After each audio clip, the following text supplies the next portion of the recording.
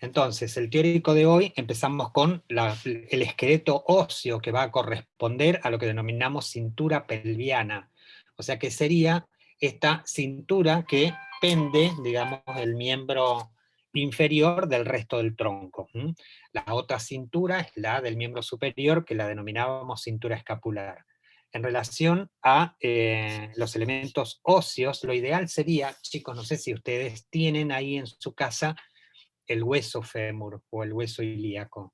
Si lo tienen, lo ideal sería que, bueno, lo tengan en este momento en la mano como para poder ir siguiendo la descripción de lo que vamos a hacer.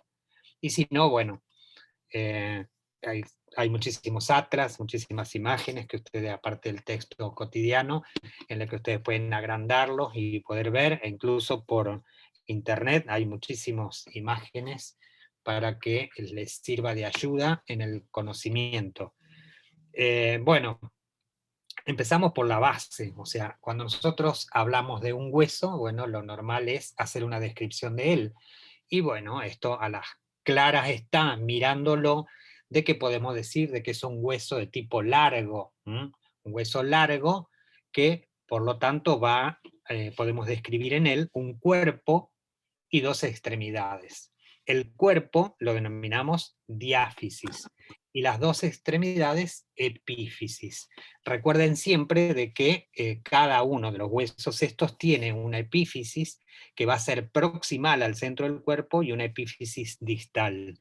Esto es interesante que siempre lo recuerden para poder hacer una descripción, porque la idea de la anatomía descriptiva, digamos, y morfológica de la forma de algo es precisamente que ustedes utilizan el lenguaje y no la imagen para poder hablar y que el interlocutor entienda lo que están diciendo. Por ejemplo, en esta imagen que estamos viendo, podemos ver que la de arriba sería la epífisis proximal y que dista bastante, digamos, de la otra, la epífisis distal, o sea que las superficies que yo veo en cada uno de los extremos son distintas. Entonces, para que el interlocutor se ubique sin tener que mirar una imagen, precisamente por eso es que nosotros hacemos una descripción. Hoy vamos a hacer una descripción rápida de la epífisis proximal, que es la que tiene que ver con la articulación que vamos a hablar, que sería, a ver, vamos a avanzar así. Bueno, acá como dije, como una generalidad, lo del cuerpo diáfisis y las dos extremidades epífisis. La diáfisis, en este caso en particular, tiene una forma cilíndrica pero prismática. Prismática, o sea que en ella podemos encontrar o describir una cara anterior y dos caras posteriores. Como tiene esa forma prismática, una cara póstero interna y una cara póstero externa. Por ende, vamos a poder describir ahí, en esta diáfisis, dos bordes laterales, un borde externo y un borde interno, lateral externo, lateral interno, y un borde posterior.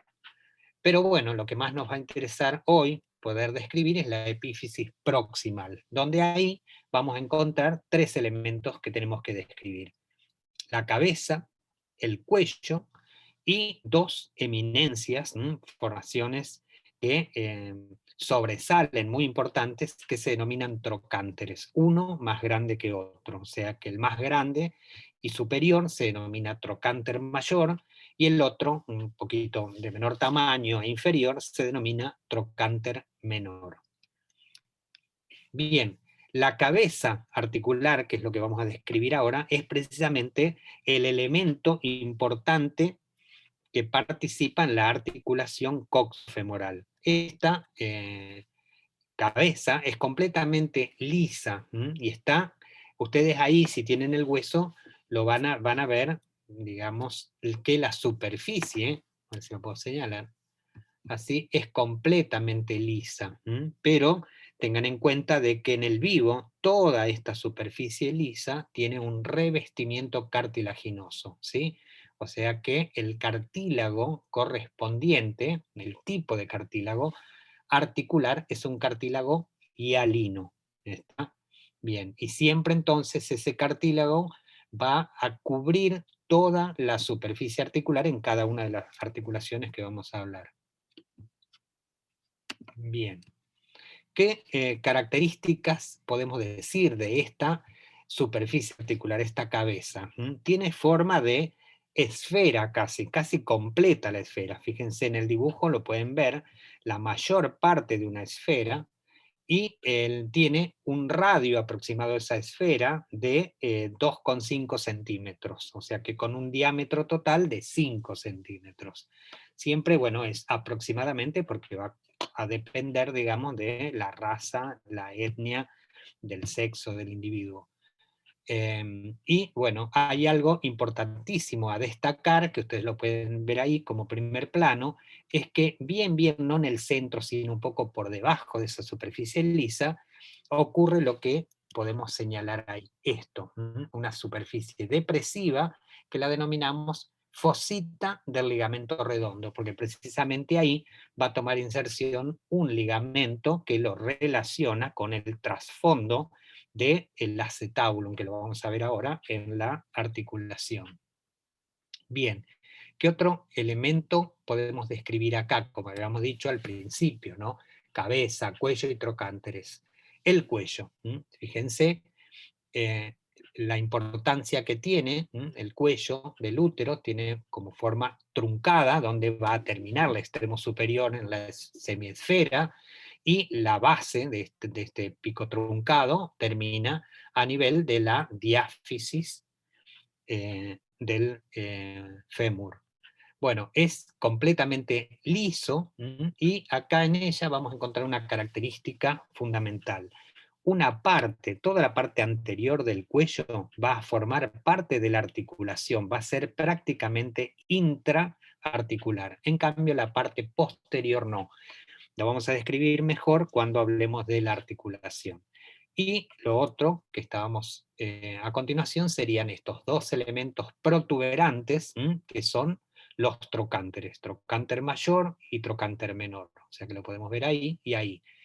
En su descripción de cada uno de ellos, estos trocánteres tienen 4 caras: el trocánter mayor, una cara interna, una cara externa, una cara superior y bueno, la inferior, que sería el que está siguiendo el trayecto de la diáfisis femoral.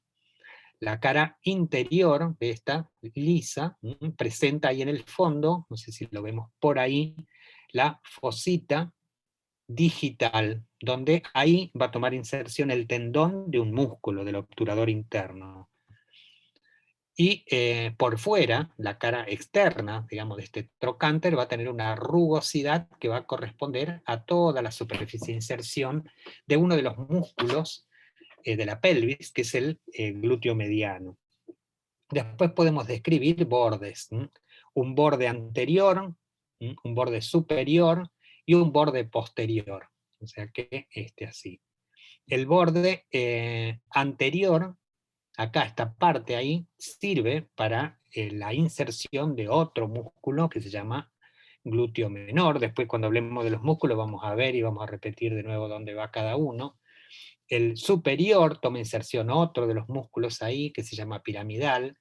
Y bueno, lo interesante es que la unión entre cada uno de ellos, el trocánter mayor y el trocánter menor, tanto por delante como por detrás, genera una línea que se denomina intertrocanteriana. O sea, esta línea sí sería la línea intertrocanteriana anterior y esta otra sí sería la línea intertrocanteriana posterior, o sea, la que relaciona ambos trocánteres.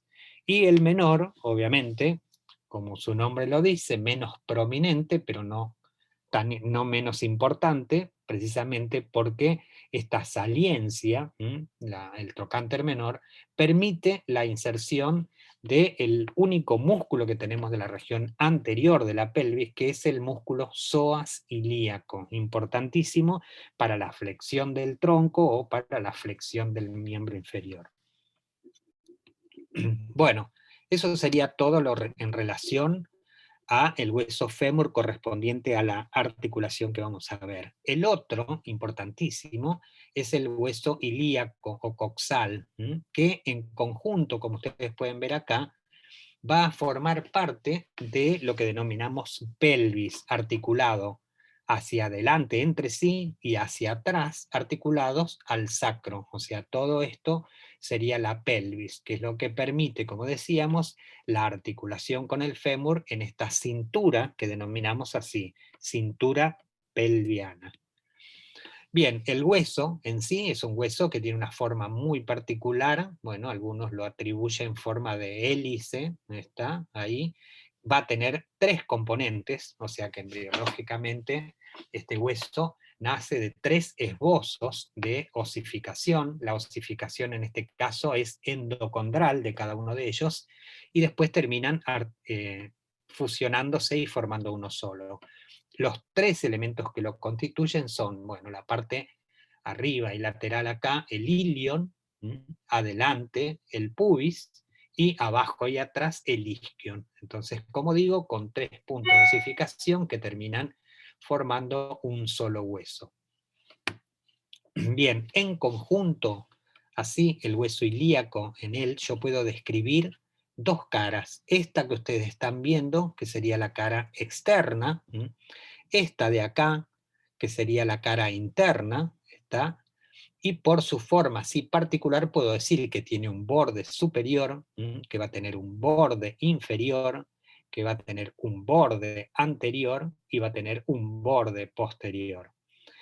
Entonces, siendo así, yo puedo describir un ángulo acá, un ángulo acá, otro ahí y otro acá, que serían el ángulo antero-superior, el ángulo antero-inferior, el ángulo póstero-superior y el ángulo posterior-inferior. Ahora más o menos vamos rápidamente a describir cada uno de los elementos que es interesante describir, ¿no? Con respecto entonces así a la cara, digamos, lateral o cara externa hacia afuera, vamos a describir primero el ilion, o sea, toda esta superficie que iría desde la superficie articular, que es el acetabulum, hasta el borde superior, ahí lo denominamos fosa ilíaca externa. Fosa ilíaca externa. Y siempre, bueno, va a ser interesante describir elementos que nosotros podemos ver en el hueso. No sé si alguno de ustedes lo tiene, pero hay 3 líneas que son semicurvas, que se ven en el hueso, en esta cara. Una de ellas, esta empezamos de atrás, la línea curva posterior, otra línea curva anterior, está, y otra línea curva inferior. Estas 3 líneas curvas determinan superficies entre medio que sirven para la inserción de músculos.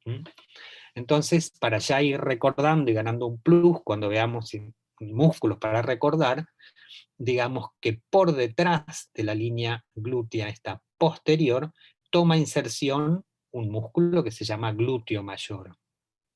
Entre la línea glútea posterior y esta línea anterior, acá, toma inserción el músculo glúteo medio o mediano. Y por debajo de la anterior y por encima de la inferior, va a tomar inserción el músculo glúteo menor. Ahora, por debajo de la línea esta inferior y por encima de la ceja cotiloidea, en este canal supracotiloideo ahí, vamos a tener la inserción del tendón reflejo de un músculo del muslo, que va a formar parte del cuádriceps, que es el recto anterior. Bien, el otro elemento que describimos acá en esta cara externa es precisamente el acetabulum, o sea, la superficie articular de este hueso. Importantísimo describir. Y por debajo después vamos a describir el agujero obturador. El agujero obturador y vamos a describir el marco que lo constituye, o cómo describimos el marco que lo constituye. Con respecto a la superficie articular, que sería el acetábulo, bueno, tiene todo un borde cortante, que incluso ustedes lo pueden ver, lo pueden sentir en el hueso, y van a ver, a pesar de que no está en este momento en un hueso cadavérico, pero van a ver sí la superficie lisa correspondiente a donde estaría ubicado el cartílago hialino. tiene forma esa superficie de media luna, con un asta anterior, un asta posterior, y en el medio van a ver todo como una superficie así cuadrilátera, que no es precisamente articular. Por el contrario, el tejido conectivo está ricamente vascularizado, después vamos a ver cómo, y bueno, y con ramos nerviosos también. Bueno, así en la superficie ósea, como ustedes ven, no puedo describir nada más. Sigamos. Bueno, el resto, entonces como diríamos acá, y ustedes ven, tenemos la superficie articular en forma de media luna, y en el fondo la fosa acetabular o cuadrilátero no articular. ¿Dónde está? Esta articular y la del fondo no articular. Bien, después tendríamos entonces para decir cómo está constituido este agujero obturador o foramen, que sería un sinónimo de agujero o foramen. El marco óseo estaría precisamente delimitado por la unión de los elementos que constituían el hueso. Habíamos dicho acá pubis, acá isquion, está marcado con distintos colores, y acá ilion. O sea que estaría delimitado por la rama esta, que sería iliopubiana, esta otra que sería isquiopubiana, y esta otra que sería ilioisquiática. O sea, todo eso determinan este foramen que cambia la forma de acuerdo al sexo del individuo. Es casi triangular en la mujer y es bien ovalado en el hombre. Bueno, fíjense, algo para describir acá, es que el espacio que queda acá, este foramen, digamos, por encima, digo, este espacio, entre los extremos de las superficies articulares, después van a ver que va a estar relleno por un elemento fibroso, que es un ligamento propio, que lo voy a describir con la articulación. Bueno, bien, ¿qué más podemos decir? A ver. Ahora hablemos de la cara interna. Todo eso era la descripción de la cara externa. La cara interna también tengo tres cosas para describir. En relación a la cara interna del ilion, lo que está en relación a la cara posterior de la superficie articular, el acetabulum, y nuevamente el marco óseo del agujero obturador. Bien, con respecto a la cara interna, digamos, de esta porción del ilio, fíjense, ustedes pueden ver el dibujo, dos superficies completamente diferentes. Por delante, toda una superficie que lo imaginan cóncavo, ¿está? Y liso, y por detrás dos superficies, una articular y por encima una superficie totalmente rugosa. Bien, toda la superficie esta lisa, superior, digamos, constituye la denominada fosa ilíaca. Y ahí, en ese lugar, va a tomar inserción en toda ella el músculo ilíaco, que es uno de los dos componentes del músculo psoas ilíaco. Bien, por detrás, entonces, podemos describir en él la superficie esta articular, que la denominamos por su forma auricular, porque tiene forma de pabellón de oreja, y por detrás toda una superficie no articular rugosa que da inserción a los músculos de la masa común detrás, o músculo de región posterior. Bien, el límite entre toda esta región, esta fosa, y la que estaría por debajo, que correspondería a la cara posterior de la superficie articular, está marcado por una extensión, fíjense esta línea, que acá la denominamos arcuata, pero también se la denomina sin nombre, o sea, uno puede decir línea innominada, o sea que marca, importantísimo para ver la anatomía topográfica o de superficie, porque precisamente esta línea es lo que, cuando hablamos de pelvis en su conjunto, nosotros tomamos como referencia para diferenciar lo que es hacia arriba pelvis mayor y hacia abajo pelvis menor, o sea, los elementos pelvianos propiamente dichos. Bueno, esta línea innominada se va a continuar, fíjense, desde ahí, desde la superficie articular, hasta el borde superior acá de la rama iliopubiana, acá lo denominamos a esto eminencia iliopectínea, y llega hasta la espina del pubis, y ya la superficie articular correspondiente al pubis. Bien, por debajo, entonces tenemos toda esta zona, también la denominamos zona cuadrilátera, también algunos dicen innominada, y precisamente es completamente lisa, y va a corresponder bien, bien, bien al fondo de, como digo, del acetábulo. Y por debajo tenemos entonces el agujero con todo su marco óseo descrito, pero bueno, en este caso del lado de adentro. Bien. Bueno, con respecto al hueso así en su conjunto, dijimos tenía un borde superior, un borde posterior, un borde anterior y un borde inferior. Bien, todo este borde superior es lo palpable, lo que ustedes están sentados ahí se lo están tocando acá, es la cresta ilíaca. Y bueno, la cresta ilíaca no es precisamente cortante, es un borde ancho que prácticamente tiene labios, que permiten la inserción de músculos. Y ustedes imagínense, son los músculos que van a constituir la pared anterolateral del abdomen. O sea que de atrás, o sea de profundidad superficie en la parte anterior, tendríamos el transverso, el músculo transverso, y un poco más adelante el transverso y el cuadrado de los lomos, bien atrás. Después, en la parte media tendríamos el oblicuo menor por delante y los músculos de la masa común hacia atrás. Y en capa más superficial tendríamos el oblicuo mayor por delante, y hacia atrás tendríamos la inserción del latissimus dorsis, se lo llama en latín, que es el músculo más grande del cuerpo, que es el dorsal ancho. O sea que entonces esos serían los músculos que van a tomar inserción en este borde superior. Bien, después tenemos el borde anterior, a ver si tengo otro dibujo acá.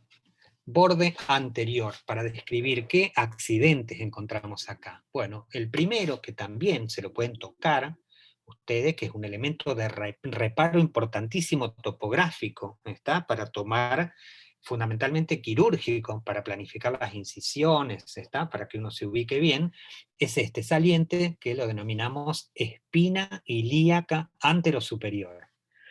Por debajo de ella, acá toma inserción un músculo, que lo vamos a ver después del muslo, que es el sartorio. Y hacia, bueno, desciende, da como una depresión, está. Esa depresión se la denomina escotadura innominada, o sea que no tiene nombre, y otra nueva saliencia que se denomina espina ilíaca anteroinferior. Acá, en esta espina ilíaca anteroinferior, también tenemos inserciones musculares. Por debajo, esto se continúa de nuevo con una depresión y continúa por el reborde acetabular para describir, y después seguimos con la eminencia pectínea hasta el pubis, que sería el otro ángulo de este hueso anteroinferior. La espina ilíaca anterosuperior sería el ángulo anterosuperior. Bien, vayamos al otro borde, al borde posterior. En el borde posterior también tenemos una saliencia, que es la espina ilíaca posterosuperior, una escotadura sin nombre, la espina ilíaca posteroinferior, luego una escotadura prominente que se mete, que se llama escotadura ciática mayor, que termina ahí en una puntita que pincha, que se llama espina ilíaca.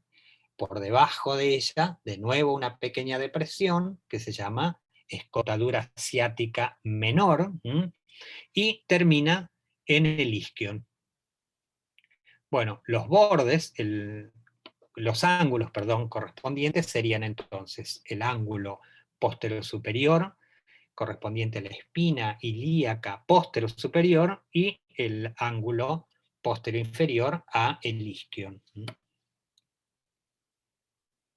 a la tuberosidad isquiática. Bueno, bien, ahí están de nuevo los ángulos, o sea que después lo pueden ver si quieren con más tranquilidad para la descripción. Bien, lo importante siempre en esto, cuando hablamos del hueso, es recordar las inserciones musculares para que ya nos sirvan, pero bueno, precisamente lo que pasé de largo y no hice. Pero bueno, lo vamos a hablar ahora cuando hablemos de ellos. Bien, esto era entonces lo que ustedes tienen que conocer de las dos estructuras óseas, del fémur y del hueso coxal, correspondientes entonces a la articulación que vamos a hablar ahora, que es la articulación de la cadera. Esta articulación, como vimos entonces, enfrenta las dos superficies articulares que ya vimos.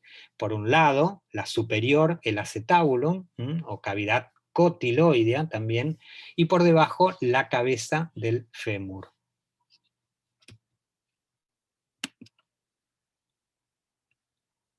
Bien, entonces, estas serían las estructuras que conforman a esta articulación. ¿Está claro? Ahora, cuando nosotros hablamos de articulaciones, y siempre que nos referimos a ellas, tenemos que primero clasificarlas. Obviamente de que esta es una verdad de perogrullo preguntar de qué tipo es, porque todo el mundo sabe de que es una articulación muy móvil. Por esa razón la denominamos diartrosis. Ahora, dentro de las articulaciones móviles, la subclasificación que nosotros hacemos va a depender de la superficie articular. En este caso, la superficie articular prominente es el segmento de esfera. Entonces, por eso la denominamos enartrosis. Todas aquellas articulaciones que tienen, por un lado, un segmento de esfera, y por otro, una cavidad que contiene, se denominan enartrosis. ¿Está? Bueno, entonces, ¿qué más hablamos siempre de ellas? Bueno, la forma y los grados de movimientos, o sea que en este caso es una articulación de movimiento triaxial. Tiene 3 ejes para su movimiento, después lo vemos al final. Bien, cuando describimos la cabeza, decimos que es casi una esfera completa, pero cuando nosotros describimos la cavidad acetabular, y ustedes lo ven en el hueso, la superficie articular, esta forma de media luna, precisamente no alcanza para contener a la cabeza del fémur. Entonces, esta articulación necesita un elemento de adaptación. Hola, ¿alguien habló? No. Bueno, necesita, como digo, un elemento de adaptación. Y este elemento de adaptación es precisamente un rodete periarticular. Se lo denomina también labrum. Y va a tomar inserción alrededor del cotilo. Tiene, para su descripción, 3 caras. Una cara periférica, que sería libre, una cara interna, que sería precisamente la articular. No, la interna es la que digamos, se inserta alrededor del rodete cotiloide, alrededor del cotilo, y la otra es la superficie inferior o articular. Bien, entonces, ese elemento es fundamental. ¿Para qué? Para permitir de que aumente la superficie de la concavidad del cotilo y la cabeza pueda meterse completamente. Fíjense de que es tan importante el cierre hermético que prácticamente para poder liberarla la articulación hay que pinchar la cápsula articular y liberar, porque hay por dentro una presión negativa que permite que se mantenga en esa posición. como toda diartrosis, siempre nosotros tenemos como una ayuda a memoria recordar los elementos que tenemos que describir. Primero dijimos clasificarla por tipo, segundo clasificarla por subtipo, de acuerdo a la superficie articular, y recordar que todas las superficies articulares están revestidas de cartílago, y del tipo de cartílago es el cartílago hialino. Recordar también de que está cubierto este cartílago por una lámina que la denominamos sinovial, que tiene unas células muy particulares que segregan un líquido, que es el líquido sinovial, que precisamente el objetivo de ese líquido es permitir la lubricación de la articulación. Aparte de eso, para mantener la adhesión, necesitamos los medios de unión. Y los medios de unión son, en primer lugar, la cápsula articular, o sea, ese elemento fibroso que está en íntimo contacto con las superficies articulares. Y que, un poco como vemos acá, a ver, en este caso, bueno, nosotros siempre decimos de que la cápsula articular va del límite del revestimiento cartilaginoso de una de las superficies, pasando por la articulación, hasta el límite del revestimiento cartilaginoso de la otra. Acá, en esta articulación en particular, la cápsula articular tiene una característica distinta a las otras, y probablemente tenga que ver con lo que dijimos con respecto a la movilidad de la articulación. La cápsula articular se extiende mucho más allá en la cara anterior, fíjense, acá estaría, ¿sí? Prácticamente hasta la línea intertrocanteriana anterior. En cambio, por detrás, o sea, es menor, pero en la extremidad inferior provoca como pliegues la cápsula, o sea, es más laxo, se denomina frénula capsulae, y precisamente esa flexibilidad ahí es la que permite el movimiento extremo de la articulación, porque si la inserción de la cápsula fuera justamente en el límite del revestimiento cartilaginoso de la superficie, el movimiento estaría muy limitado. ¿Se entiende? Ese es el objetivo.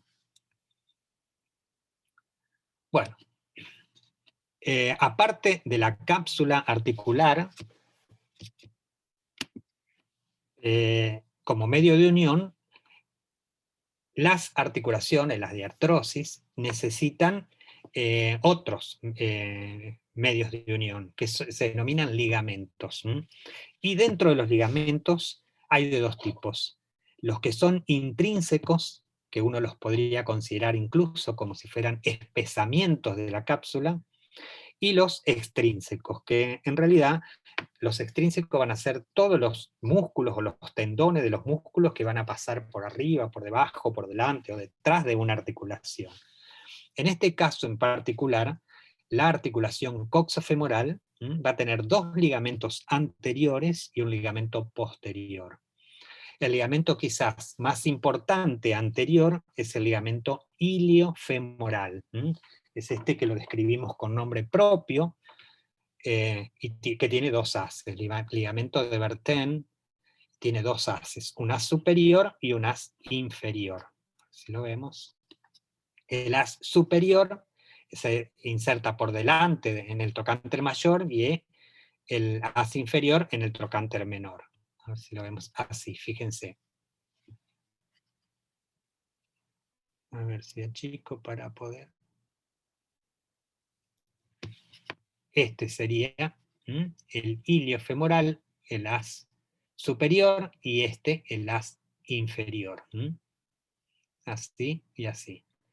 Bueno, y el otro ligamento es el pubo femoral, o sea, desde el pubis se extiende en realidad prácticamente del borde superior del canal subpubiano ahí hacia el trocánter menor.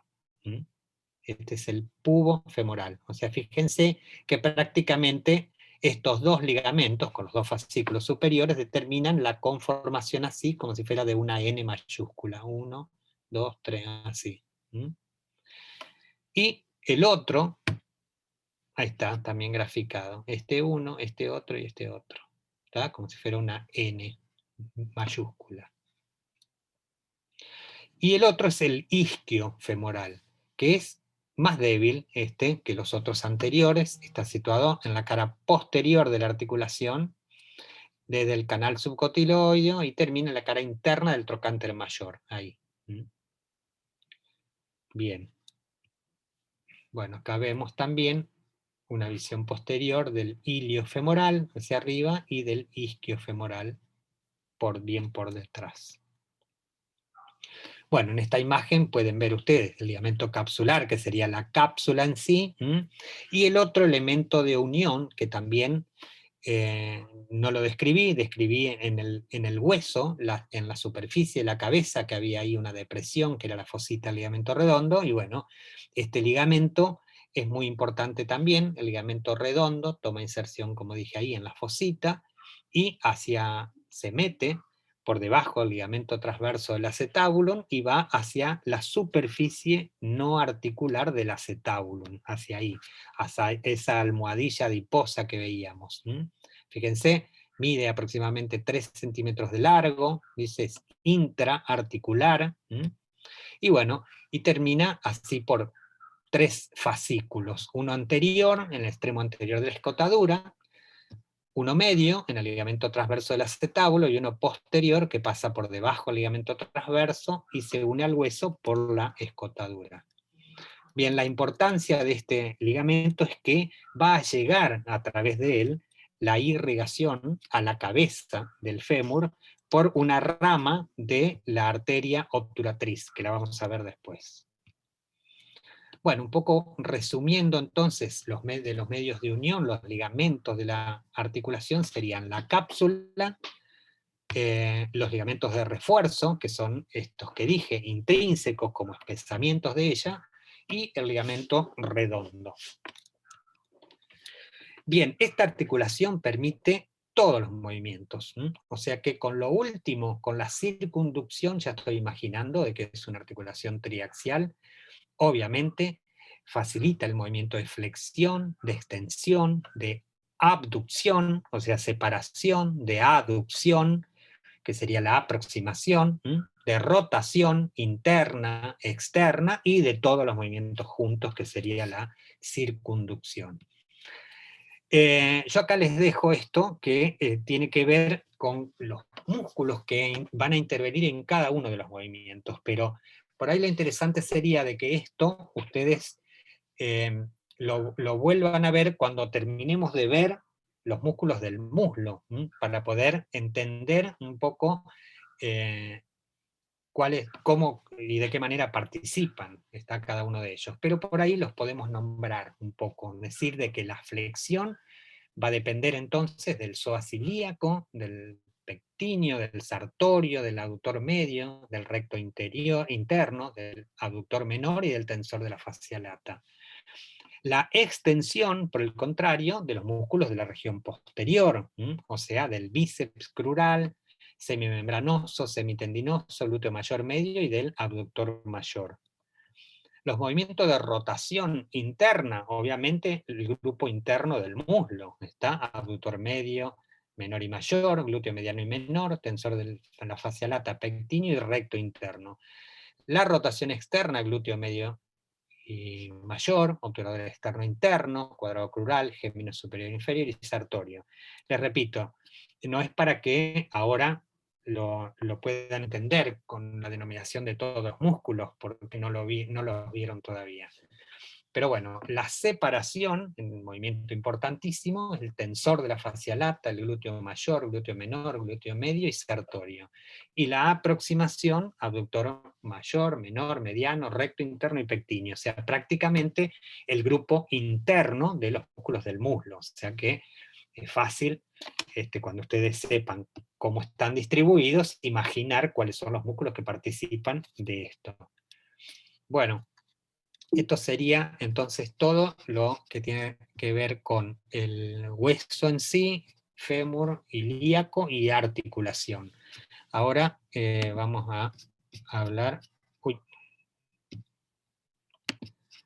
a compartir de nuevo. Pero es, Estamos al horno, me queda poquito. Los músculos de la cadera, que es lo que sigue a continuación de esto. Bien, escuchen, los músculos de la cadera en realidad tenemos dos grupos. Uno anterior, que se facilita porque es un solo músculo, ¿está? Y el resto, el grupo posterior, los denominamos músculos de la región glútea.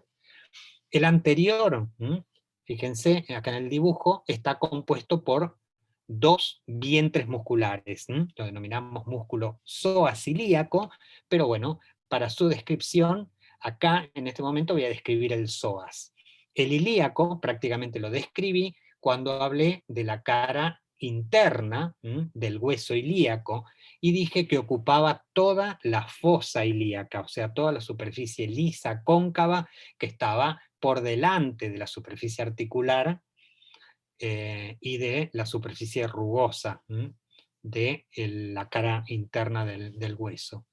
Bien, en este caso el músculo psoas, fíjense, es un músculo alargado, fusiforme, y tiene una inserción desde la vértebra dorsal 12, desde ahí hacia abajo.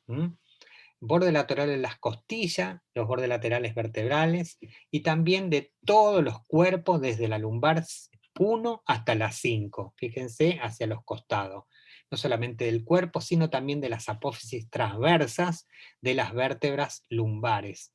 Desde ahí descienden estos haces, forman todo este músculo importante, y bueno, va a caer en lo que denominamos primeramente pelvis mayor, donde hay una separación entre uno y otro, y después terminan prácticamente uniéndose cuando el psoas pasa por debajo de un ligamento que se llama iliopubiano o arco crural, y en conjunto con el músculo ilíaco terminan en un solo tendón en el trocánter menor. ¿Tá? Esa sería entonces la descripción de este músculo psoas-ilíaco. ¿Cuál es la función? Imagínense, o sea, si el punto fijo es abajo, entonces, y se contraen los dos, sería toda la flexión del tronco. Ahora al revés, si el punto es superior, o sea, yo elevo los muslos, ¿está? Flexiono los muslos. Esa sería la acción de este músculo único de esta región anterior. Y ahora vamos a ver los músculos de la región posterior. Bueno, están divididos en planos musculares. Empezamos siempre por el plano profundo, que va a estar, los músculos van a ser el glúteo menor, el piramidal o piriforme, los gemelos, gemelo superior y gemelo inferior, el obturador interno, el obturador externo y el cuadrado femoral. Todos esos, ahora vamos a hacer una descripción de cada uno de ellos. En el plano medio, un solo músculo, que es el glúteo medio. En el plano superficial, bueno, uno solo también, el glúteo mayor, y también acá incluye parte del tensor de la fascia lata, aunque algunos lo describen como grupo externo de los músculos del muslo. Pero bueno, una parte participa acá junto con cubriendo una parte del glúteo mayor. Bien, el primero que hablamos es el obturador externo. Ustedes imagínense cuando veíamos recién la pelvis, cuando veíamos recién el hueso ilíaco, el agujero obturador, que estaba formado todo por un marco óseo. Todo ese agujero obturador está cubierto alrededor por la inserción de este músculo, que acá en el dibujo, bueno, no sé si lo logran ver bien, pero es este que está marcado acá con un circulito, este o este. Fíjense, este músculo, el obturador externo, o sea, va a ir hacia dónde? Hacia la cara interna del trocánter mayor. ¿Se acuerdan que había ahí una fosita? Bueno, sigamos. El otro es el obturador interno. Bien, el obturador interno es lo mismo, pero al revés. O sea que va a tomar inserción en todo el reborde del agujero obturador, pero del lado de adentro. El obturador externo era todo el reborde del lado de afuera, este es del lado de adentro. Pero fíjense, este sería, contornea el isquion y va a terminar también ahí, en la cara medial del trocánter mayor. Este va a marcar, digamos, un límite entre lo que el músculo que está por arriba y el músculo que está por abajo. Fíjense, el que está por arriba es el gémino superior, el que está por abajo es el gémino inferior. Otro de los músculos que pertenece a este grupo es el glúteo menor. O sea, fíjense y recuerden que cuando hablé de la cara externa, dije que el glúteo menor tomaba inserción en la superficie que quedaba en la fosa ilíaca externa entre la línea glútea anterior y la línea glútea inferior, en ese espacio. Y desde ahí desciende y va a tomar inserción el glúteo menor en la cara lateral del trocánter mayor. O sea, hay una gran rugosidad ahí que va a formar parte de la inserción de este músculo. Después tenemos el piramidal. O sea, el piramidal, o también lo van a ver como piriforme, este músculo toma inserción en la cara anterior y lateral del sacro, y también en parte de los ligamentos sacrococcígeo. Bien, y desde ahí, fíjense, sale casi por la escotadura ciática mayor y va hacia el borde superior del trocánter mayor, hacia ahí. ¿Tá? Bueno, como dije, los gemelos, entonces, que era uno superior y otro inferior, el superior desde la espina ciática y el inferior de la tuberosidad isquiática. Ahí, espina ciática y el otro tuberosidad isquiática. Siempre recordando de que la inserción de estos, para tomarlos como reparo, un gemelo, el superior va por encima del obturador interno y el otro va por debajo del obturador interno. Para recordar que terminan todos también ahí en la fosa trochanteria, siempre en esa cara del trocánter por encima de la fosita. Y el otro que nos queda, el cuadrado femoral, que va desde así, fíjense, es bien cuadrado, bien cuadrado, desde el borde lateral de la tuberosidad isquiática hasta la cresta intertrochanteriana del fémur y posterior, ¿no? Porque este es bien hacia atrás de la línea intertrochanteriana, posterior. Bueno, esos eran los músculos del grupo profundo. El grupo medio, o plano medio, era el glúteo medio, que como dijimos, donde se insertaba. Fosa ilíaca externa, entre la línea curva anterior y la posterior, ahí en el medio, y bueno, iba también a la cara lateral del trocánter mayor, o sea, prácticamente cubre parte de la inserción del anterior glúteo, que era el glúteo menor. Y después tenemos el más prominente de todos, que tomaba inserción en el ilíaco por detrás de la cresta glútea posterior, y también se extendía su inserción a el borde superior del ilíaco, a la cara dorsal del sacros y también hacia el coxis. Con toda esta masa muscular prominente, o sea, se vuelca sobre donde el tracto iliotibial llega prácticamente a algunas fibras, a la tuberosidad glútea del fémur. Tiene su línea propia, digamos, ¿no? Se llama cresta del glúteo. Bien. Bueno, después disculpe. Sí, escucho. Ahora a la una de algunos chicos tenemos italiano. Yo para avisarle que voy a salir yo por lo menos. Bueno, dale, ya estoy terminando de todas maneras, ya termina esto. Muchas gracias, hasta luego. Chao, Felipe. Bien, y el otro, el tensor de la fascia lata, que sería la parte superior correspondería a esto y la parte inferior no, porque se extiende como dije en un principio, algunos lo consideran como si fuera el músculo del grupo externo de los músculos del muslo, es una cinta ancha que va a bajar hasta el cóndilo lateral de la tibia. Bueno, creo que esos son más rápido imposible.